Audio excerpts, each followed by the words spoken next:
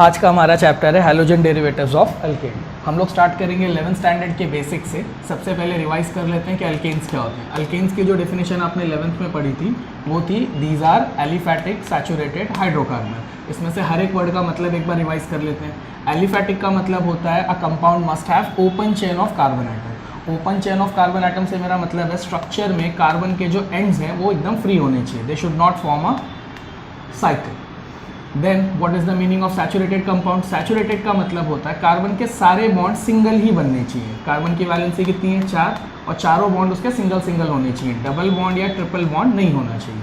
Next is कि these are also called as hydrocarbons. Hydrocarbons बोलने के पीछे कॉमन रीजन ये है कि इनके अंदर मेजरली हाइड्रोजन या कार्बन ही प्रेजेंट होता है। ऑल्दो इसके साथ इसके अंदर ऑक्सीजन, नाइट्रोजन, सल्फर वगैरह भी प्रेजेंट रहते हैं, बट इसके जो मेजर कॉन्स्टिट्यूएंट है वो है हाइड्रोजन और कार्बन। दैट्स वाई हम लोग इनको हाइड्रोकार्बन ही बोलते हैं। फिर हमने 11th में पढ़ा था कि इनका जनरल फार्मूला क्या होता है। General formula of alkanes are what? CnH2n+2। तो ये हो गई हमारी अल्केन की बेसिक इन्फॉर्मेशन। अब 12th स्टैंडर्ड में जो हम पढ़ने जा रहे हैं वो कंपाउंड है हैलोजन डेरिवेटिव्स ऑफ अल्केन। कैसे बनेगा ये? अगर अल्केन का एक हाइड्रोजन आप हैलोजन से सब्सटीट्यूट कर दो, एक हाइड्रोजन आप निकालो उसकी जगह आप एक हैलोजन डाल दो, या 2 हाइड्रोजन निकालकर 2 हैलोजन डाल दो, या चारों हाइड्रोजन निकालकर आप 4 हाइड्रोजन डाल दो, तो जो नए कंपाउंड्स बनेंगे वो नए कंपाउंड्स क्या बोले जाएंगे? अल्केन से डिराइव्ड होने वाले कंपाउंड्स होंगे वो। इसीलिए हम उन कंपाउंड्स को क्या बोल सकते हैं? Derivatives of alkane. अब ये जो डेरिवेटिव्स ऑफ अल्केन है ये हमने कैसे बनाया? हाइड्रोजन को हैलोजन से सब्स्टिट्यूट करके। दैट्स वाई ये अल्केन्स का नाम हमने रख दिया हैलोजन डेरिवेटिव्स ऑफ अल्केन। मतलब अल्केन से डिराइव होने वाले वो कंपाउंड जिनमें हैलोजन अटैच्ड है। अब हैलोजन्स में आपके पास टोटल चॉइस कितनी है? 5। फ्लोरीन, क्लोरीन, ब्रोमीन, आयोडीन और एस्टेटाइन। बट आपने जनरली नोटिस किया होगा कि आप फ्लोरीन और एस्टेटिन के बारे में नहीं पढ़ते। उसका कॉमन रीजन ये है कि फ्लोरीन के रिएक्शंस या तो एक्सप्लोजिव होते हैं या तो ज़्यादातर कोरोसिव देखे गए। एक्सप्लोजिव मतलब आप जानते हो एक्सप्लोजन होने की पॉसिबिलिटी रहती है। नेक्स्ट कोरोसिव से मेरा मतलब है कि अगर इसके कंपाउंड आपके स्किन पे टच हो जाए तो वो आपके लिए रैशेस, जलन वगैरह कुछ भी प्रोड्यूस कर सकते हैं। दैट्स वाई फ्लोरीन के ज़्यादा रिएक्शंस नहीं पड़ते हैं। एस्टेटिन के साथ दिक्कत ये है कि एस्टेटिन एक रेडियो एक्टिव मटीरियल है। रेडियो एक्टिव मटीरियल रेडिएशंस तो देते ही हैं जो हार्मफुल होती है हमारे लिए, तो ये एक रीज़न हो गया कि हम इसको ज़्यादातर यूज़ नहीं करते। दूसरा, इसका हाफ लाइफ 8.1 आवर्स है। यहाँ हाफ लाइफ का एक बेसिक इंट्रोडक्शन आप सुन लो। हाफ लाइफ का मतलब होता है कि अगर आप रिएक्शन के स्टार्ट में 1 kg एस्टेटिन लो तो आप देखोगे आफ्टर 8.1 आवर्स सिर्फ आपके पास हाफ kg ही बचा होगा। बाकी का हाफ kg कहाँ चला गया? रेडिएशन देने के चक्कर में बाकी का हाफ kg अपने आप एटमॉस्फेयर में इवॉल्व हो जाएगा। तो इसीलिए हम एस्टेटिन के रिएक्शन ज़्यादातर नहीं पढ़ते। पहला रीज़न कि इसका रेडियो एक्टिव होना, जिससे कि हार्मफुल रेडिएशंस के आने का खतरा होता है। दूसरा, आप रिएक्शन में इसका जो अमाउंट लोगे वो सेम अमाउंट आप रिएक्शन के ड्यूरेशन में मेंटेन नहीं कर पाओगे। इसीलिए आप ज़्यादातर चैप्टर में क्लोरीन, ब्रोमीन और आयोडीन के बारे में ही पढ़ोगे। फ्लोरीन और एस्टेटिन के तो रिएक्शंस है ही नहीं, फ्लोरीन के रिएक्शंस बहुत कम है। So this is the basics of our chapter. अब हम लोग मूव करेंगे कि how many types of halogen derivatives of alkanes are there. Let's move on to our next topic, classification of halogen derivatives. ये topic में हम लोग देखेंगे कितनी टाइप के हैलोजन डेरिवेटिव्स पॉसिबल हैं। इसमें 2 क्लासिफिकेशंस हैं। हम लोग सबसे पहले फर्स्ट क्लासिफिकेशन देख रहे हैं, जिसके अंदर हैलोजन डेरिवेटिव्स को मैंने क्लासीफाई किया है on the basis of number of halogens attached. हो सकता है कि अल्केन के अंदर सिर्फ आप एक ही हैलोजन अटैच करो, और हो सकता है कि आप एक से ज़्यादा अटैच करो। इस बेसिस पे आपके पास 2 टाइप के हैलोजन डेरिवेटिव्स आ सकते हैं।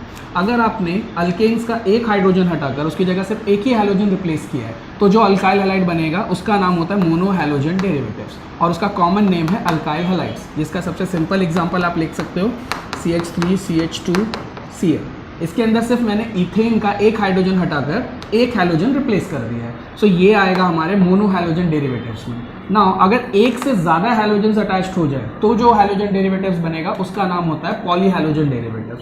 अब पॉली हैलोजन में कितनी पॉसिबिलिटीज़ हैं? Total 3 possibilities are there. पहला कि आप 2 हैलोजन्स रिप्लेस करो हाइड्रोजन से। अगर आपने 2 हैलोजन्स रिप्लेस किए तो जो बनेगा वो या तो जेमिनल हो सकता है या तो विसिनल हो सकता है। यहाँ जेमिनल और विसिनल वर्ड का मतलब, जेमिनल का मतलब होता है on the same carbon atom, और विसिनल का मतलब होता है एडजेसेंट, जिसको आप हिंदी में आजू बाजू के कार्बन एटम भी बोल सकते हो। सो डाई हैलोजेंस 2 टाइप के हो सकते हैं। आप 2 हैलोजेंस अल्केन में अटैच करने वाले हो तो पॉसिबिलिटी है कि दोनों हैलोजेंस आप एक ही कार्बन पे अटैच कर दो, या फिर हो सकता है कि एक हैलोजन ये कार्बन पे आ जाए और एक हैलोजन ये कार्बन पे आ जाए। अगर दोनों हैलोजन्स एक ही कार्बन पे आ गए तो जो हैलोजन डेरिवेटिव्स बनेगा उसको आप जेमिनल डायहैलाइड बोलोगे। और अगर दोनों हैलोजन आस पड़ोस के कार्बन एटम्स पे हों, जिसको हम लोग एडजेसेंट कार्बन एटम्स बोलते हैं, तो ऐसे हैलोजन डेरिवेटिव्स को हम लोग बोलेंगे विसिनल डायहैलाइड्स। नेक्स्ट इज 2 की जगह 3 हाइड्रोजन रिप्लेस कर दे हम लोग अल्केन्स के हैलोजन्स के थ्रू। अगर आपने 3 हाइड्रोजन निकालकर 3 हैलोजन्स रिप्लेस कर दिए तो आपके पास 2 तरह के कंपाउंड आ सकते हैं, एक है आइडोफॉर्म और दूसरा है क्लोरोफॉर्म। इसके बारे में आपने बहुत सुना होगा और इन दोनों के बारे में डिटेल में हम लोग चैप्टर में पढ़ेंगे। अभी बस हम लोग इनका एक बेसिक नाम पढ़ लेते हैं कि कौन सी कैटेगरी में आते हैं। Last one is tetra halogen derivatives. ये वो डेरिवेटिव है जिसमें आप कार्बन के चारों हाइड्रोजन रिप्लेस कर देते हो 4 हैलोजन एटम से, तो तब आपको जो कंपाउंड मिलता है। इस कैटेगरी में आप मेनली सिर्फ CCl4 के बारे में ही पढ़ने वाले हो, कार्बन टेट्राक्लोराइड के बारे में। It is an organic solvent जिसके बारे में चैप्टर में हम लोग डिटेल में जानेंगे। तो based on number of halogen atom कितने टाइप के हैलोजन डेरिवेटिव्स हो सकते हैं। एक चॉइस है आपके पास कि आप सिर्फ एक हाइड्रोजन रिप्लेस करो एक हैलोजन से, जिससे आपको मिलेगा मोनो हैलोजन डेरिवेटिव, जिसका चैप्टर में कॉमन नेम है अल्काइल हैलाइड। आपका चैप्टर मेजरली इसी पे डिपेंड है। आपका जो मेजर पोर्शन है वो मोनो हैलोजन डेरिवेटिव्स के बारे में ही है। नेक्स्ट, अगर आप एक से ज़्यादा हैलोजन लगा रहे हो तो फिर आपके पास जो हैलोजन डेरिवेटिव्स आएगा उसको कॉमनली हम लोग बोलेंगे पॉली हैलोजन डेरिवेटिव, जिसमें अगर आपने 2 हैलोजन अटैच किए होंगे तो डाई हैलोजन, 3 अटैच किए होंगे तो ट्राई हैलोजन, 4 के 4 हाइड्रोजन अगर आपने रिप्लेस कर दिए होंगे हैलोजन से तो जो बनेगा वो होगा टेट्रा हैलोजन। और सबके एग्जाम्पल मैंने यहाँ पे आपके सामने लिखे हुए हैं। नेक्स्ट, अब नंबर ऑफ हैलोजन एटम्स की जगह हम लोग ये देखेंगे कि हैलोजन जिस कार्बन से अटैच्ड हो रहा है वो कार्बन कितने टाइप का हो सकता है और उससे कितने टाइप के हैलोजन डेरिवेटिव्स हम लोग बना सकते हैं। तो अपना नेक्स्ट टॉपिक वो होगा। और नेक्स्ट क्लासिफिकेशन इज जिसके अंदर हम लोग देखेंगे कि हैलोजन एटम जिस कार्बन पे प्रेजेंट है उस कार्बन का हाइब्रिडाइजेशन क्या है। हाइब्रिडाइजेशन की थियरी में आप सबसे पहले पढ़ लो, अगर कार्बन के सारे बॉन्ड सिंगल हों तो कार्बन का हाइब्रिडाइजेशन sp3 होता है, और अगर कार्बन ने डबल बॉन्ड बनाया हो तो उसका हाइब्रिडाइजेशन sp2 होता है। अगर कार्बन ने ट्रिपल बॉन्ड बनाया तो उसका हाइब्रिडाइजेशन sp होता है। इसी बेसिस पे हम लोग ये टॉपिक पढ़ेंगे। ना हैलोजन डेरिवेटिव्स कितने टाइप के कार्बन आइटम से बनाया जा सकता है। एक ऐसे कार्बन से आप बना सकते हो जो sp3 हाइब्रिडाइज्ड है। इसके अंदर जो सबसे पहले आपको मिलेगा वो होगा अल्काइल हैलाइड्स। अल्काइल हैलाइड्स में हैलोजन जिस कार्बन पे प्रेजेंट है उस कार्बन के सारे बॉन्ड सिंगल बने हुए हैं। इसका मतलब इस कार्बन का हाइब्रिडाइजेशन क्या होगा, sp3। और आपका मेजर चैप्टर इसी के ऊपर फोकस्ड है तो इसके बारे में डिटेल में तो हम लोग चैप्टर में पढ़ेंगे। नेक्स्ट, sp3 हाइब्रिडाइज्ड कार्बन की कैटेगरी में नेक्स्ट आता है अलाइल हैलाइड्स। अलाइल समझने के लिए आपको पहले विनाइल समझना होगा। CH2 डबल बॉन्ड CH, इस कार्बन को हम लोग विनाइल कार्बन बोलते हैं। ये वाला जो कार्बन है, अगर इसी में आप एक कार्बन और बढ़ा लो तो जो नया कार्बन आएगा उस नए कार्बन को हम लोग अलाइलिक कार्बन बोलते हैं। तो अलाइलिक कार्बन कौन सा होता है, विनाइल के बाद आने वाला कार्बन। अब इसके अंदर अगर आप देखोगे अलाइल हैलाइड नाम से ही क्लियर है कि हैलाइड्स किस पे प्रेजेंट होने चाहिए, अलाइलिक कार्बन आइटम पे। अलाइलिक कार्बन इसमें से कौन सा है, ये वाला, और हमारा हैलाइड उसी पे प्रेजेंट है ना। इस टॉपिक पे ध्यान आपको ये देना है कि इसके अंदर ऑलरेडी एक डबल बॉन्ड प्रेजेंट होगा, और डबल बॉन्ड अगर प्रेजेंट होगा तो हाइब्रिडाइजेशन क्या आना चाहिए, sp2। इस हिसाब से तो इस कंपाउंड को sp2 वाली कैटेगरी में आना चाहिए। फिर ये sp3 में क्यों है, क्योंकि हमने स्टार्टिंग में डिसाइड किया था कि हम उस कार्बन को देखेंगे जिस कार्बन से हैलोजन अटैच्ड है। तो इसके अंदर हैलोजन तो हमारा sp3 वाले कार्बन से अटैच्ड है, इसीलिए ये इसमें आएगा। भले ही उसके अंदर एक sp2 हाइब्रिडाइज्ड कार्बन एटम हो, आपका ध्यान उस कार्बन पे होना चाहिए जिस कार्बन से हमारा हैलोजन एटम अटैच्ड है। नेक्स्ट है बेंजाइल हैलाइड्स। बेंजाइल हैलाइड्स के लिए, बेंजाइल हैलाइड बनाने के लिए आपको हैलाइड किस पे अटैच करना है, बेंजाइलिक कार्बन पे। अब बेंजाइलिक कार्बन कौन सा होता है, जब बेंजीन में एक एक्स्ट्रा कार्बन अटैच कर दिया जाए तो वो कार्बन को हम लोग बोलते हैं बेंजाइलिक कार्बन। और अगर आपका हलाइड उसी पे प्रेजेंट है तो जो हलाइड बनेगा वो उसका नाम होगा बेंजाइल हलाइड। अब बेंजाइल हलाइड में यहाँ पे भी एक इंटरेस्टिंग चीज़ है नोटिस करने की। अगर आप बेंजीन के बारे में ध्यान से देखोगे तो बेंजीन में हर कार्बन ने एक डबल बॉन्ड बनाया होता है, तो इस हिसाब से यहाँ का भी ये भी sp3 में नहीं sp2 में आना चाहिए। लेकिन हमने अभी अभी सीखा है कि हमारा ध्यान किस पे होगा कि जिस कार्बन से हैलोजन अटैच्ड है उसने कितने बॉन्ड बनाया होगा। तो जिस कार्बन से हैलोजन अटैच्ड है उस कार्बन ने तो सिंगल ही बॉन्ड बनाए सारे, इसीलिए ये किस कैटेगरी में आता है, sp3 कैटेगरी में। अगर ये हैलोजन सीधे सीधे बेंजीन रिंग से अटैच हो जाता तब हम इसको किस में डाल देते, sp2 की कैटेगरी में, जो हमने किया भी है। sp3 वाले 3 हो गए हमारे, एक अलाइल हैलाइड, सॉरी एक अल्काइल हैलाइड, एक अलाइल हैलाइड और बेंजाइल हैलाइड। तीनों के अंदर हैलोजन जिस कार्बन से अटैच्ड है वो कार्बन सिंगल बॉन्डेड है। दैट्स वाई हमने इन तीनों को sp3 हाइब्रिडाइज्ड कार्बन की कैटेगरी में रखा। नेक्स्ट है हमारा ऐसे कंपाउंड जिसके अंदर कार्बन sp2 हाइब्रिडाइज्ड, इसमें आप दो पढ़ोगे, एक विनाइल हैलाइड और एक अराइल हैलाइड। विनाइल हैलाइड के बारे में मैंने आपको पहले ही बता दिया, विनाइल ग्रुप किसको बोलते हैं, CH2 डबल बॉन्ड CH2। तो जब मैं बोलता हूँ विनाइल हैलाइड, तो हैलाइड किस पे होना चाहिए, विनाइलिक कार्बन पे। विनाइलिक कार्बन कौन सा है, डबल बॉन्ड के बाद आने वाला पहला कार्बन। तो ये रहा विनाइलिक कार्बन, हमारा हैलोजन उसी पे प्रेजेंट है। और यहाँ पे आप क्लियरली देख सकते हो कि कार्बन ने डबल बॉन्ड बनाया, और डबल बॉन्ड बनाने वाला कार्बन आइटम sp2 हाइब्रिडाइज्ड होता है, इसीलिए ये कंपाउंड कौन सी कैटेगरी में आ रहा है, sp2 हाइब्रिडाइज्ड कार्बन की कैटेगरी में आ रहा है।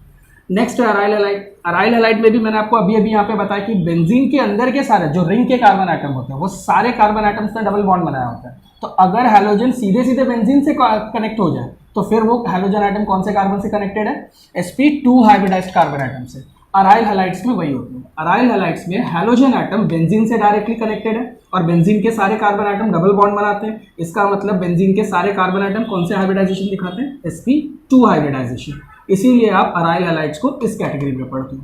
लास्ट बचा sp हाइब्रिडाइज्ड कार्बन आइटम, उसमें सीधे सीधे आपको एक ही एग्जांपल दिया है मैंने, जिसके अंदर कार्बन ने ट्रिपल बॉन्ड बनाया है। इसका मतलब इसका हाइब्रिडाइजेशन sp होगा, और हैलोजन उसी कार्बन से अटैच्ड है। इस कंपाउंड के बारे में चैप्टर के अंदर कुछ खास डिटेल में आपको नहीं पढ़ना है। मेनली आपका चैप्टर अल्काइल हैलाइड्स पे और अराइल हैलाइड्स पे ही फोकस्ड है।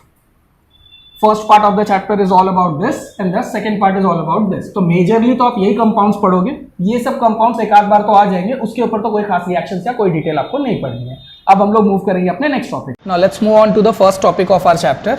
जैसे मैंने आपको क्लासिफिकेशन में भी बताया कि हमारा चैप्टर मेनली किस पे फोकस्ड है, अल्काइल हैलाइड्स पे। अल्काइल हैलाइड्स कौन सी कैटेगरी में आ रहे थे, मोनो हैलोजन डेरिवेटिव्स। ठीक, तो सबसे पहले इसका बेसिक डेफिनेशन देख लेते हैं। What is the definition of alkyl halide?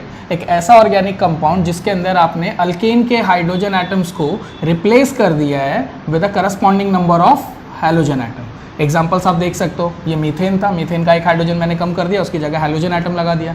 ये इथेन था, इथेन के मैंने 2 हाइड्रोजन्स रिप्लेस कर दिए 2 हैलोजन एटम से। ये मीथेन के मैंने 3 हाइड्रोजन कम कर दिए 3 हैलोजन से, मीथेन के 4 हाइड्रोजन मैंने रिप्लेस कर दिए 4 हैलोजन एटम से। तो इस टाइप के कंपाउंड्स को हम लोग बुलाते हैं अल्काइल हैलाइड्स। ये बेसिक डेफिनेशन है, हो सकता है कि आपसे बोर्ड में पूछी जाए। Next is what is the general formula of alkyl halide? It is, मैंने स्टार्टिंग में भी आपको बताया था कि जनरल फॉर्मूला ऑफ अल्केन क्या होता है, CnH2n+2। अगर उसमें से आप एक हाइड्रोजन कम कर दो तो फिर ये क्या बन जाएगा, CnH2n+1 हो जाएगा, और वो जो हाइड्रोजन कम हुआ है उसकी जगह आप एक हैलोजन अटैच कर दो, तो जो नया कंपाउंड बनेगा that new compound will be called as mono halogen derivative. Now important, remember a very important thing here, ये फॉर्मूला सिर्फ और सिर्फ मोनो हैलोजन डेरिवेटिव्स के लिए, ये डाई ट्राई टेट्रा के लिए नहीं हो सकता। आप थोड़ा सा अगर दिमाग लगाओगे तो आपको खुद क्लिक हो जाएगा कि डाई ट्राई टेट्रा में तो एक से ज़्यादा हैलोजन होंगे, तो ये फॉर्मूला तो उनको रिप्रेजेंट कर ही नहीं सकता। तो किताबों में कई बार जब ये चीज़ लिखी होती है तो ये पर्टिकुलरली स्पेसिफाई नहीं करते हैं, लिख दिया जाता है कि this formula represents alkyl halides. अब अल्काइल हैलाइड्स के अंदर they only represent mono halogen derivative, ये आपको अच्छे से याद करके जाना। नेक्स्ट इज कि अल्काइल हैलाइड्स कितने टाइप के हो सकते हैं? तो अल्काइल हैलाइड 3 टाइप के हो सकते हैं, प्राइमरी, सेकेंडरी और टर्शियरी। अब ये प्राइमरी, सेकेंडरी और टर्शियरी क्यों है, इसके लिए आप सबसे पहले टाइप्स ऑफ कार्बन एटम समझ लो। कितने टाइप के कार्बन एटम होते हैं?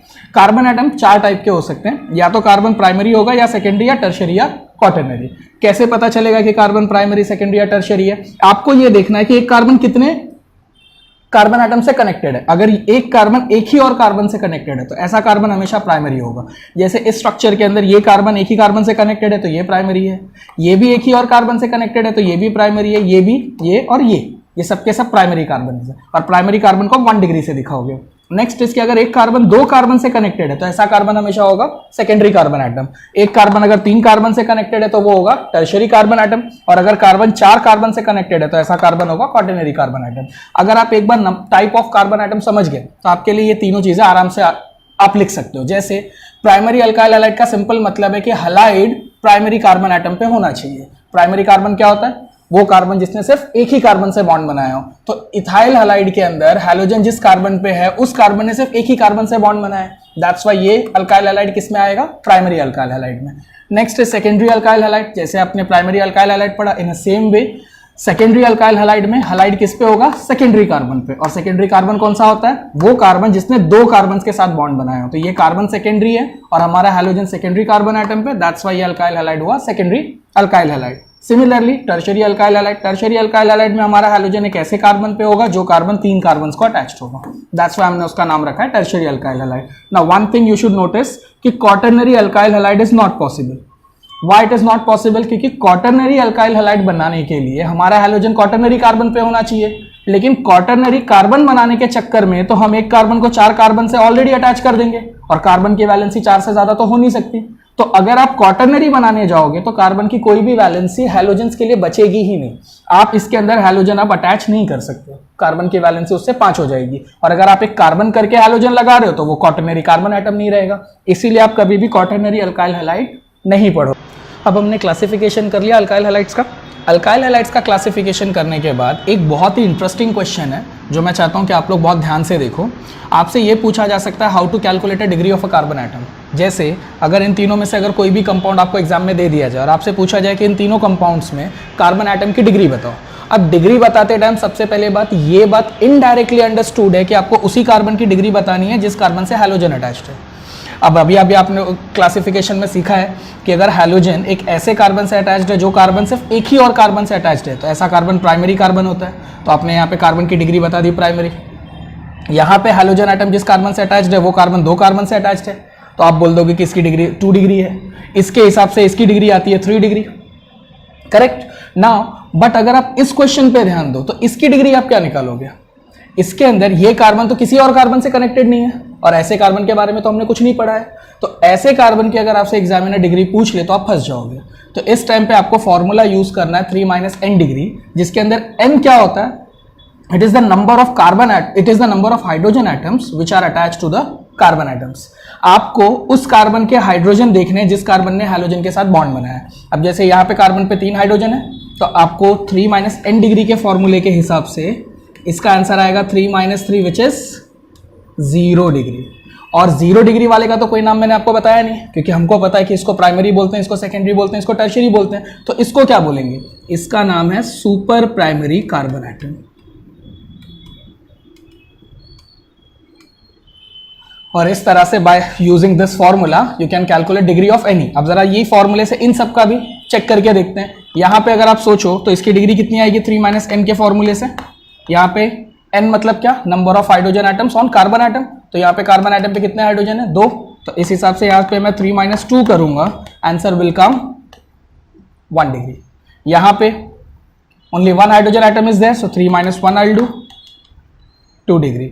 यहाँ पे there is no hydrogen atom attached to the carbon atom which is making a bond with hydrogen atom, that's why 3 - 0, so your answer will be 3 degree. So by using this formula, this is how you can calculate degree of a given carbon atom. Now let's move on to our next topic, nomenclature. Nomenclature 2 type के हमको पढ़ने। पहला है common system जिसको trivial system भी बोलते हैं, next will be are IUPAC system, उसको हम लोग बाद में देखते हैं। कॉमन सिस्टम में नाम रखने के लिए अल्काइल हैलाइड्स का द सिंपलेस्ट रूल इज कि आप पहले कार्बन की चेन में ये काउंट कर लो कि कितने कार्बन एटम्स हैं, जो भी long chain of carbon atom आपको मिला है, और जितने भी कार्बन एटम है उससे आप उसका रूट वर्ड लिख लो। रूट वर्ड्स का फॉर्मूला है कि अगर 1 कार्बन है तो रूट वर्ड आएगा मिथ, 2 कार्बन है तो ईथ, 3 कार्बन है तो प्रॉप, और 4 कार्बन है तो ब्यूट। ऐसे ये पेंट, हेक्स, हेप्ट वगैरह कंटिन्यू होता है ना। इसके अंदर हमारे पास 2 कार्बन एटम है, दैट्स वाई हमारा रूट वर्ड आया इथ। और हमेशा अल्काइल का सफिक्स आपको क्या लगाना है? YL। तो आपने सफिक्स लगा दिया, YL बन गया पूरा नाम इथाइल, और साथ में जो भी हैलोजन है उसका नाम एज हलाइड लिखना है हमको। तो यहाँ पे क्लोरीन था, that's why I wrote chloride. Next is इसमें 3 कार्बन एटम्स हैं, तो 3 कार्बन का रूट वर्ड आता है प्रॉप। सफिक्स हमारा पहले से डिसाइडेड है, YL लगाना है, और फिर बाद में हैलोजन का नाम एज हलाइड रखना है, तो हमने लिख दिया क्लोराइड। नाउ यहाँ पे ये N क्यों लगा हुआ है? Always remember whenever there are more than 2 carbon atoms which are present in a straight chain, if there are more than 2 carbon atoms present in a straight chain of carbon, तो आप N prefix लगाओगे। N stands for normal, और ये represent करता है carbon की straight chain को। अगर आपने स्टार्टिंग में प्रीफिक्स लगा दिया N, तो हम लोग ये कंसीडर करेंगे कि जितने भी कार्बन एटम आप बता रहे हो वो सारे के सारे कार्बन एटम स्ट्रेट चेन में है। तो नॉर्मल लिखकर हम क्या रिप्रेजेंट करना चाहते हैं? Straight chain. नेक्स्ट इज ये एक है CH3 CH3, इसमें आपको ये दिख रहा है CH3 CH3। ये जैसे ही आपको किसी भी कंपाउंड में दिखे आप सीधे सीधे प्रीफिक्स क्या यूज करने वाले हो? Iso. Iso is the prefix used for CH3 CH3। अब आइसो के लिए रूल ये है कि there will always be a methyl group on second last carbon atom.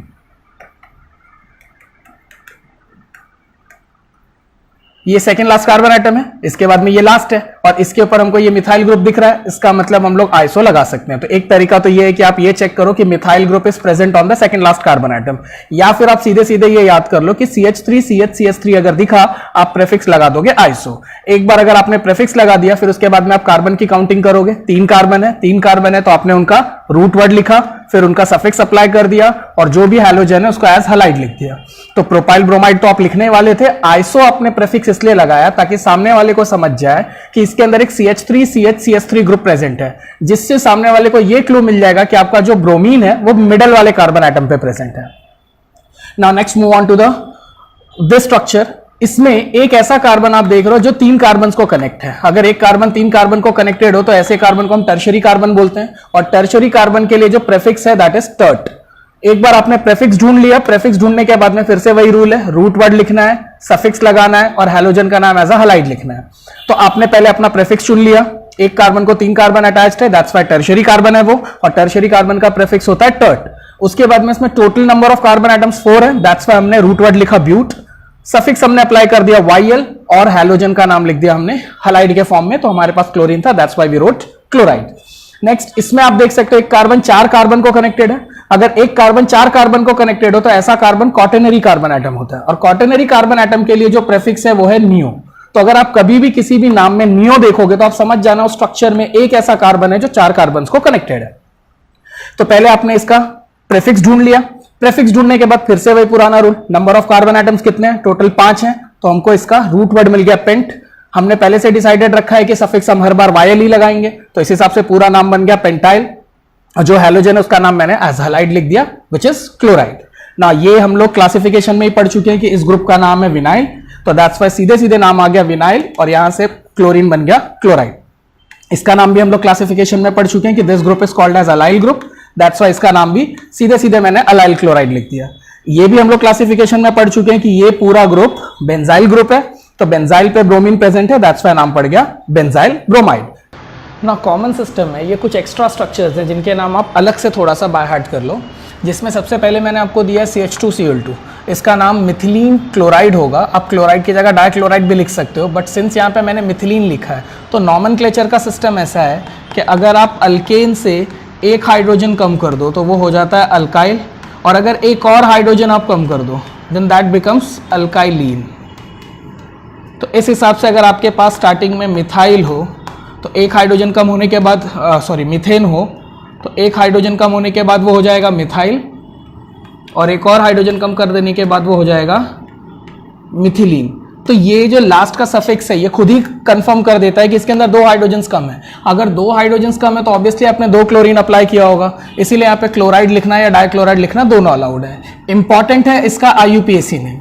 ये जो IUPAC नेम है ये शॉर्टकट में DCM के नाम से मार्केट में जाना जाता है। इसका IUPAC नेम आप जानते हो, डाइक्लोरोमीथेन आएगा, 2 बार क्लोरीन है, this will be considered as methane. Market में ये DCM के नाम से पॉपुलर है। इसका यूज है कि अगर आप रोस्टेड कॉफी बीन्स को DCM यानी कि डाइक्लोरोमीथेन में अगर आप डाल दो तो it is a very good volatile solvent. तो अगर आप कॉफी बीन को पहले रोस्ट करो फिर अगर आप DCM में डाल दो, थोड़ी देर के अंदर वो कॉफी बीन्स में से पूरा कॉफी एक्सट्रैक्ट कर लेगा, and after extracting that whole coffee, since ये वोलेटाइल है तो ये रूम टेम्परेचर पे खुद ही इवापोरेट हो जाएगा। इवापोरेट होने के बाद जितना भी कॉफी बीन्स के अंदर का कॉफी था वो आपको रेसिड्यू के फॉर्म में सीधे सीधे प्लेट में मिल जाएगा।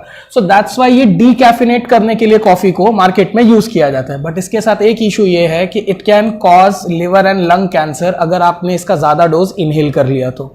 सो ये एक बात आप याद रखना कि DCM एक इंपॉर्टेंट केमिकल है। कॉफी में से, कॉफी बीन्स में से कॉफी एक्सट्रैक्ट करने के लिए इसका यूज किया जाता है, एंड इट इज कार्सिनोजेनिक। ये बात आप कभी एक्स्ट्रा इंफॉर्मेशन की भूलना नहीं। नेक्स्ट है, ये है आपका विसिनल डाइहैलाइड। हमने पढ़ा था कि डाइहैलाइड्स 2 टाइप के हो सकते हैं, एक हो सकता है विसिनल और एक हो सकता है जेमिनल। ना दोनों के अंदर आप नाम देखकर कैसे पहचानोगे कि कौन सा वाला जेमिनल और कौन सा वाला विसिनल है? तो उसका तरीका यह है कि अगर मैंने आपको विसिनल डाइहैलाइड दिया होगा तो आपको जो सफिक्स दिखेगा वो दिखेगा YLENE। मतलब यहां पे 2 कार्बन थे तो ईथ इसका रूट वर्ड तो फिक्स्ड है, लेकिन अगर मैं YLENE लगा दूं इसका मतलब है दोनों जो हैलोजन एटम है वो विसिनल पोजीशन पे। विसिनल का मतलब मैंने आपको बताया था एडजेसेंट पोजीशन पे। एडजेसेंट मतलब आजू बाजू की पोजीशन पे। एक हैलोजन इस साइड में, एक हैलोजन इस साइड में। लेकिन अगर मैंने आपको जेमिनल दिया होगा, जेमिनल का मतलब मैंने आपको बताया था on the same carbon atom, तो यहां पे दोनों हैलोजन सेम कार्बन एटम पे हैं। तो इस बात को मैं नाम में कैसे दिखाऊंगा, मैं YL के साथ में आपको दिख रहा होगा IDENE दिखा, ऊपर YL ENE था और यहां पे YL IDENE है। स्टार्टिंग का रूट वर्ड तो वही रहेगा क्योंकि इस बार भी 2 ही कार्बन एटम है। तो बाय सीइंग द सफिक्स आप ये गेस कर सकते हो कि मैंने आपको विसिनल दिया है या जेमिनल दिया है। अगर मैंने विसिनल दिया होगा तो आपको सफिक्स दिखेगा YLENE, लेकिन अगर मैंने आपको जेमिनल दिया है तो आपको सफिक्स दिखेगा YL IDENE। इससे आप गेस कर लोगे कि मैंने आपको विसिनल दिया है या जेमिनल दिया। और स्टार्टिंग में अगर आप रूट वर्ड लगा देते हो तो नाम अपने आप बन जाएगा। ना remember one thing here also, यहां पे आप चाहो तो क्लोराइड लिखो, चाहो तो डाइक्लोराइड लिखो, क्योंकि अभी अभी मैंने आपको समझाया कि जैसे आप इथिलीन बोलते हो, ये ऑलरेडी अंडरस्टूड है कि उसमें से 2 हाइड्रोजन्स कम होंगे। वहां भी हमने देखा कि अल्काइलिन कब बनता है, जब 2 हाइड्रोजन्स कम हो जाते हैं। तो अगर 2 हाइड्रोजन्स कम हुए तो ऑब्वियसली उसके अंदर 2 हैलोजन होंगे ही होंगे, इसलिए आपके पास यहां पे क्लोराइड या डाइक्लोराइड दोनों बोलने की चॉइस है।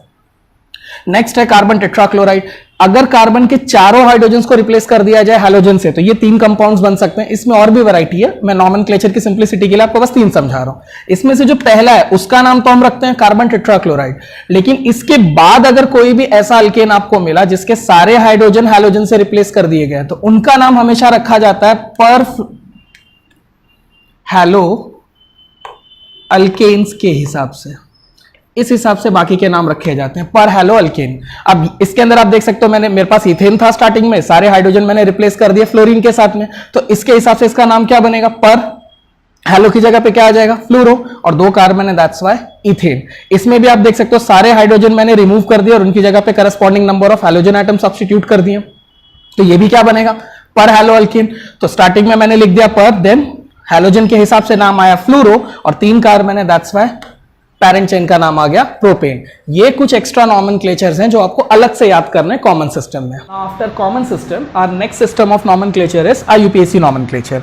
IUPAC नॉमेनक्लेचर में नाम रखने का जो हमारा स्टैंडर्ड होगा वो होगा हैलो अल्केन। मतलब हर स्ट्रक्चर का नाम हम हैलो अल्केन के फॉर्मेट में सेट करेंगे। जो भी आपको हैलोजन दिखेगा उसको आप एज अ हैलो नेम करोगे और फिर जो पैरेंट चेन होगी उसके अंदर के कार्बन को गिनकर आप रूट वर्ड पता करोगे और बाद में सफिक्स आप लगा दोगे ANE और आपका नाम बनते जाएगा। अगर इन केस आपके स्ट्रक्चर के अंदर ब्रांच चेन भी प्रेजेंट है तो फिर आपको ये पूरा फॉर्मूला यूज करना है। पूरे फॉर्मूले को कैसे यूज करना है उस पर बाद में आते हैं, पहले एक बेसिक स्ट्रक्चर से शुरू करते हैं। जैसे इसके अंदर अगर आप देखोगे तो ये रही हमारी स्ट्रेट चेन और यहां से ही मैं नंबरिंग करूंगा सो दैट हमारे फंक्शनल ग्रुप को कम से कम नंबर आए। अगर मैं नंबरिंग यहां से करता तो ये 3rd पे आ जाता, विच इज नॉट अलाउड, ये आपने 11th में पढ़ा होगा। तो हमारा जो फंक्शनल ग्रुप है that is present on first carbon atom. तो यहां पे मैंने यहां से अगर आप देखोगे तो सिर्फ उसके लिए फॉर्मूला है जिसमें ब्रांच चेन ना हो। तो सबसे पहले आप क्या लिखने वाले, position of halogen and then name of parent chain. तो यहां पे हैलोजन की पोजीशन क्या है, first, so I would write 1। Now which halogen is present, bromine. Bromine का नाम हमको रखना है एज अ हैलो, मतलब वो हो जाएगा ब्रोमो। अब यहां पे 2 रूल्स हैं। पहला कि हर बार नंबर और अल्फाबेट के बीच में हाइफन आएगा। दूसरा कि हर नाम का जो सिर्फ पहला लेटर होगा सिर्फ वो कैपिटल हो सकता है, उसके बाद के सारे लेटर स्मॉल होने चाहिए। नेक्स्ट इज, एक बार आपने हैलोजन का नाम लिख लिया तो लास्ट आपको क्या लिखना है, name of parent chain. Parent chain में आप काउंट करोगे कि how many carbon atoms are there, 3 carbon atoms. Now 3 carbon atoms का रूट वर्ड क्या है, प्रॉप, और सफिक्स हमने क्या डिसाइड किया था, ANE। तो जैसे आप ANE लगाओगे आपका नाम पूरा का पूरा बन जाएगा 1 bromo propane. Remember one thing, you have to write halo alkane as a whole, ये एक वर्ड की तरह आपको लिखना है, ब्रोमो के बाद स्पेस नहीं देना है, तो ये पूरा एज अ 1 वर्ड आएगा। Now try out this. इसके अंदर अगर हम स्ट्रक्चर देखें तो ये रही हमारी स्ट्रेट चेन, इसमें ये हमारा फर्स्ट कार्बन एटम है, ये सेकंड कार्बन एटम है, ये 3rd कार्बन एटम है। अगर मैं रिवर्स में भी नंबरिंग करूंगा तो क्लोरीन की पोजीशन वही रहेगी, सो दैट्स व्हाई मैं ईदर वेज नंबरिंग कर सकता हूं।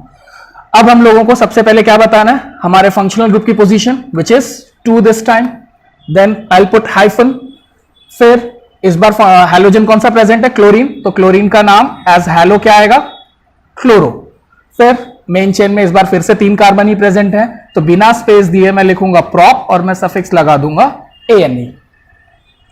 नेक्स्ट इसके अंदर अगर आप ध्यान से देखोगे तो this is hour straight chain और ये कार्बन इस स्ट्रेट चेन में नहीं आ पाया, दैट्स व्हाई इसको हम अपनी ब्रांच चेन मान लेंगे। और अब हम लोग ये पूरे फॉर्मूले के थ्रू जाएंगे। जैसे ही ब्रांच चेन दिखने लग जाए आपको ये पूरा फॉर्मूला यूज करना है। तो फॉर्मूले के हिसाब से सबसे पहले आपको क्या लिखना है, पोजीशन ऑफ ब्रांच चेन। तो पहले तो नंबरिंग कर लेते हैं स्ट्रेट चेन की, 1 2 3, मैं नीचे से भी जाता तो इन दोनों को सेम पोजीशन आती, इसलिए मैं किसी भी तरीके से नंबरिंग कर सकता हूं। आफ्टर नंबरिंग फॉर्मूले के हिसाब से सबसे पहले आपको क्या लिखना है, पोजीशन ऑफ ब्रांच चेन। तो इस ब्रांच चेन की पोजीशन क्या है, 2। फिर उसके बाद में आपको क्या लिखना है, name of branch chain. Name लिखने जा रहे हो आप तो पहले आप हाइफन पुट करोगे। अब ब्रांच चेन का नेम कैसे निकालोगे, ये आज के बाद आपको हमेशा याद होना चाहिए कि ब्रांच चेन हमेशा एज अल्काइल लिखी जाएगी सारे चैप्टर्स में, आप चाहे जो चैप्टर पढ़ो। Branch chain will always be named as alkyl groups. तो आपको करना क्या है, सिर्फ नंबर ऑफ कार्बन एटम पता करने ब्रांच चेन के अंदर, उसके हिसाब से आपको रूट वर्ड मिल जाएगा और सफिक्स आपको हर बार क्या लगाना है, YL। तो इस बार हमारी ब्रांच चेन में कितने कार्बन एटम्स है, 1 कार्बन एटम। रूट वर्ड क्या आएगा, मिथ। सिंस ये ब्रांच चेन है तो ब्रांच चेन का हमारा सफिक्स क्या है, YL। ये इतना पार्ट हमने कंप्लीट कर लिया, पोजीशन ऑफ ब्रांच चेन लिख ली, नेम ऑफ ब्रांच चेन लिख लिया। अब अगला टाइम किसका है, हैलोजेंस का। हैलोजन की पोजीशन क्या है, उसकी भी पोजीशन 2 है। तो again I right 2। Now remember, number और अल्फाबेट के बीच में मैंने हाइफन बोला था, इस बार फिर से अल्फाबेट और नंबर आ रहे हैं तो फिर से हाइफन आएगा, और इसके बाद फिर से अल्फाबेट आने वाला है इसलिए फिर से हाइफन आएगा। तो second is the position of chlorine group. Chlorine का नाम हम कैसे रखने वाले, एज अ हैलो, तो इसका मतलब इसका नाम आएगा क्लोरो। और इसके बाद में पेरेंट चेन में कितने कार्बन एटम है, 3 कार्बन एटम्स। 3 कार्बन एटम्स का नाम क्या आएगा, रूट वर्ड प्रॉप। सफिक्स हमने डिसाइड किया ANE, बिना स्पेस डाले पूरा नाम बन गया 2 क्लोरो प्रोपेन। यहां पे this is the straight chain, ना ये कार्बन एटम आ पाया स्ट्रेट चेन में, ना ये, इसका मतलब ये दोनों के दोनों ब्रांच चेन हो गए। तो सबसे पहले हम लोग इन्हीं के बारे में लिखेंगे। इस बार अगर मैं यहां से नंबरिंग करता हूं तो क्लोरीन 3rd पोजीशन पे आ जाएगा, विच इज नॉट अलाउड। हम जानते हैं कि functional group must get the least number, तो इसीलिए मैं नंबरिंग यहां से करूंगा। और अगर मैं यहां से नंबरिंग करता हूं so our branch chain will be present at 2nd position. Now remember one thing, जैसे आपको एक से ज्यादा ब्रांच चेन दिखे, आपको यह देखना है कि वो ब्रांच चेन सेम है या अलग अलग है। अगर दोनों ब्रांच चेन सेम है तो आप उनका नाम सीधे सीधे डाई करके लिख दोगे। डाई मतलब कि वो सेम ब्रांच 2 बार प्रेजेंट है। अगर वो ब्रांच चेन अलग अलग है, एक मिथाइल है एक इथाइल है, तो आप उनको अल्फाबेटिकली अरेंज करोगे। हमको जो कंडीशन मिली है उसमें हमारी दोनों ब्रांचेस सेम है, तो हम लोग सीधे सीधे डाई करके नाम लिख देते हैं। इनका नाम क्या आएगा, इस ब्रांच का नाम हमने ऊपर क्या रखा था, मिथाइल। ऑब्वियसली इस बार भी नाम क्या आएगा, मिथाइल। और ये दोनों ब्रांचेस कौन सी पोजीशन पे प्रेजेंट है, पहली वाली भी 2 पे प्रेजेंट है, दूसरी वाली भी 2 पे प्रेजेंट है। अगर मैं ऐसे ही छोड़ दूंगा तो ये 22 दिखेगा, इसीलिए IUPAC रिकमेंडेशन है कि आप दोनों के बीच में कॉमा लगाओगे। फिर ये तो हम लोग इतनी देर से सीख ही रहे कि नंबर और अल्फाबेट के बीच में हाइफन आएगा। ब्रांच चेन का पूरा काम खत्म हो गया, हमने यहाँ पे उसकी पोजीशन लिख ली, यहाँ उसका पूरा नाम लिख लिया। Now will go towards main chain. Main chain में हमको किसकी पोजीशन बतानी है, पहले फंक्शनल ग्रुप की। फंक्शनल ग्रुप की पोजीशन क्या है, 1। तो हाइफन 1 हाइफन, क्योंकि अल्फाबेट और नंबर जितनी बार आएंगे हमको उतनी बार हाइफन लगाते चलना है। अब हैलोजन कौन सा प्रेजेंट है, क्लोरीन, जिसके लिए मैं क्या लिखने वाला हूं, क्लोरो। और हमारे पेरेंट चेन में कितने कार्बन एटम्स प्रेजेंट है, 3। सो नाम आएगा प्रोप ANE। इस तरह से इसका ये पूरा नाम बन जाएगा। इस स्ट्रक्चर के अंदर कुछ नया नहीं है, बस आपको इस बात का ध्यान रखना है कि इस बार आपको अल्केन नहीं, मैंने अल्कीन दिया है, तो बाकी का तो सब कुछ सेम रहेगा। बस लास्ट का जो हमारा सफिक्स था ANE, उसकी जगह बस इस बार आपको ENE पुट करना है। तो पहले जो मेन रूल्स थे उसको फॉलो करते हैं। फंक्शनल ग्रुप की पोजीशन, फंक्शनल ग्रुप की पोजीशन 1 है, तो 1 क्लोरो, 3 कार्बन एटम्स प्रेजेंट है मेन चेन में, तो मैं लिखूंगा प्रोप। और फिर जो डबल बॉन्ड की पोजीशन है वो भी इस बार बतानी पड़ेगी, तो आपको इस बार लिखना है 2E। ठीक है, तो इस हिसाब से इसका नाम बन जाएगा 1 क्लोरो प्रोप 2E। या फिर आप इसको ऐसे भी लिख सकते हो 1 क्लोरो 2 प्रोपीन।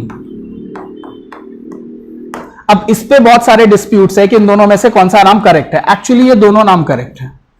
ये जो वाला नाम है, ये नाम जो मैंने लिखा है, ये 1979 में जो IUPAC का रिकमेंडेशन था, ये उस हिसाब से रखा गया नाम है। फिर 1993 में IUPAC ने एक रिकमेंडेशन दिया कि जो भी डबल बॉन्ड की पोजीशन है, उस पोजीशन को डबल बॉन्ड के जस्ट पहले लिखा जाए। तो ज्यादा बेटर होगा कि अगर आप जो सेकंड पोजीशन है वो इन के पहले लिखो। बट ये दोनों नाम इक्वली पॉपुलर है, तो इस हिसाब से आप ये यूज करो या ये यूज करो, आपको एग्जाम में कोई मार्क्स आपके कटेंगे नहीं। ये दोनों एग्जाम में इक्वली राइट माने जाते हैं। तो ये था हमारा IUPAC नॉमेनक्लेचर, जितना भी बेसिक टेक्स्ट बुक के लिए रिक्वायर्ड है। बाद में जो चैप्टर में थोड़े डिफिकल्ट वाले हैं वो मैं जैसे जैसे पढ़ाते जाऊंगा, मैं उनकी नेमिंग आपको चैप्टर में बताते चलूंगा। ना आफ्टर कंप्लीटिंग द नॉमेनक्लेचर, ये एक क्वेश्चन है जो मैं चाहता हूं कि आप ट्राई करो। इस क्वेश्चन में मैंने आपको 3 कंपाउंड्स दिए हुए हैं, इन तीनों कंपाउंड्स का स्ट्रक्चर बनाकर आपको चेक करके बताना है कि इनमें से कौन सा प्राइमरी है, कौन सा सेकेंडरी है और कौन सा टर्शियरी है।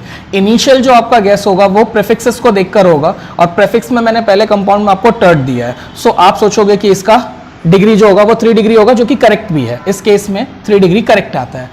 अगर हम लोग इसका स्ट्रक्चर बनाने जाए तो हम लोग देख सकते हैं कि इसके 2 स्ट्रक्चर्स पॉसिबल हैं। एक तो डिसाइडेड है कि टर्शियरी कार्बन एटम चाहिए, तो आप एक कार्बन को 3 कार्बन लगाओगे। नाउ कंफ्यूजन है फंक्शनल ग्रुप की पोजीशन को लेकर। फंक्शनल ग्रुप मैं यहां अटैच करूं या यहां अटैच करूं, तो आप देख सकते हो कि अगर फंक्शनल ग्रुप मैंने यहां पे अटैच किया तो ये बन जाएगा CH3 CH CH3, और उस केस में इसका प्रीफिक्स हो जाएगा आइसो। बट हमको तो टर्ड बनाना है, तो ऑब्वियसली मैं फंक्शनल ग्रुप यहां नहीं लगा सकता। तो फंक्शनल ग्रुप के लिए मेरे पास एक ही पोजीशन बची, वो है सेंट्रल कार्बन एटम, और इस हिसाब से इसकी डिग्री 3 आएगी, क्योंकि हमने 3 - n डिग्री रूल पढ़ा हुआ है। उस रूल के हिसाब से कार्बन पे जितने हाइड्रोजन है वही मुझे यहाँ माइनस करने हैं। यहाँ पे कार्बन पे कोई हाइड्रोजन नहीं है, दैट्स व्हाई 3 - n डिग्री के हिसाब से इसका आंसर आएगा 3 degrees. Now coming towards our next question. Next question में जो प्रीफिक्स मैंने आपको दिया है वो है नियो। नियो के हिसाब से एक कार्बन 4 कार्बन को अटैच होना चाहिए, तभी नियो पॉसिबल है। मैंने एक कार्बन अगर 4 कार्बन को अटैच कर दिए तो फंक्शनल ग्रुप तो उसी कार्बन को अटैच हो नहीं सकता जो 4 कार्बन को अटैच है, क्योंकि कार्बन की मैक्सिमम वैलेंसी सिर्फ 4 है, कार्बन सिर्फ मैक्सिमम 4 ही बॉन्ड बना सकता है। अगर मैंने फंक्शनल ग्रुप भी अटैच कर दिया तो वो 5 बॉन्ड बना लेगा, विच इज नॉट अलाउड। तो इस हिसाब से ब्रोमीन कॉर्नर के ही चारों में से किसी ना किसी एक कार्बन एटम पे अटैच्ड हो सकता है। लेकिन अगर ब्रोमीन कॉर्नर के किसी कार्बन एटम से अटैच्ड हो गया तो वो एक ऐसे कार्बन से अटैच हो जाएगा जो कार्बन सिर्फ किसी एक और ही कार्बन एटम से अटैच्ड है, और इस केस में वो कार्बन प्राइमरी कार्बन होगा, और इस हिसाब से आपका आंसर आएगा 1 डिग्री। अब अगर आप रूल के हिसाब से भी जाते हो 3 - n डिग्री के हिसाब से, तब भी आपका आंसर वही आएगा। यहां पे इसके अंदर कितने हाइड्रोजन एटम्स हैं? 2, तो 3 - 2 करोगे आप, आपका आंसर 1 डिग्री आएगा। तो इसके प्रीफिक्स में तो नहीं है, बट इसका अगर डिग्री आपसे चेक करने के लिए बोला जाए तो that would come around 1 degree. Next question में मैंने आपको दिया isobutyl iodide. Again same confusion, iso देखते ही हमारे दिमाग में आता है कि आंसर होगा 2 डिग्रीज, क्योंकि आइसो हम लोग तब यूज करते हैं when there is a presence of secondary carbon atom, but इसका आंसर भी ये नहीं है। जैसे ही मैं आइसोब्यूटाइल आयोडाइड बनाने जाऊंगा, आप जानते हो आइसो बनाने के लिए द मिनिमम कंडीशन है CH3 CH CH3, इतना होना ही चाहिए, तभी इसके नाम में आइसो आ सकता है। और अगर मैं ये इस तरह से बनाता हूं तो आयोडीन को मैं इन तीनों कार्बन पे नहीं रख सकता। अगर आयोडीन को मैंने इन तीनों में से किसी एक कार्बन एटम पे भी रखा तो ये स्ट्रक्चर डिस्टर्ब हो जाएगा, और अगर ये स्ट्रक्चर डिस्टर्ब हो जाएगा तो ये तो आइसो ही नहीं रहेगा। इसका मतलब आयोडीन के लिए सिर्फ ये 4th कार्बन वाली पोजीशन बची, और अगर आयोडीन इस कार्बन पे चला गया अगेन इट इज 1 डिग्री। क्यों? फिर से हम लोग 3 - n डिग्री लगाते हैं। 3 कार्बन पे कितने हाइड्रोजन है? 2, अगेन आंसर आएगा 1 डिग्री। सो ये 2 क्वेश्चंस, नियो पेंटाइल ब्रोमाइड और आइसोब्यूटाइल आयोडाइड, ये 2 क्वेश्चन आप एक्स्ट्रा प्रिपेयर करके जाओ, क्योंकि इन 2 क्वेश्चंस में आपको ट्रिक करके फंसाया जा सकता है।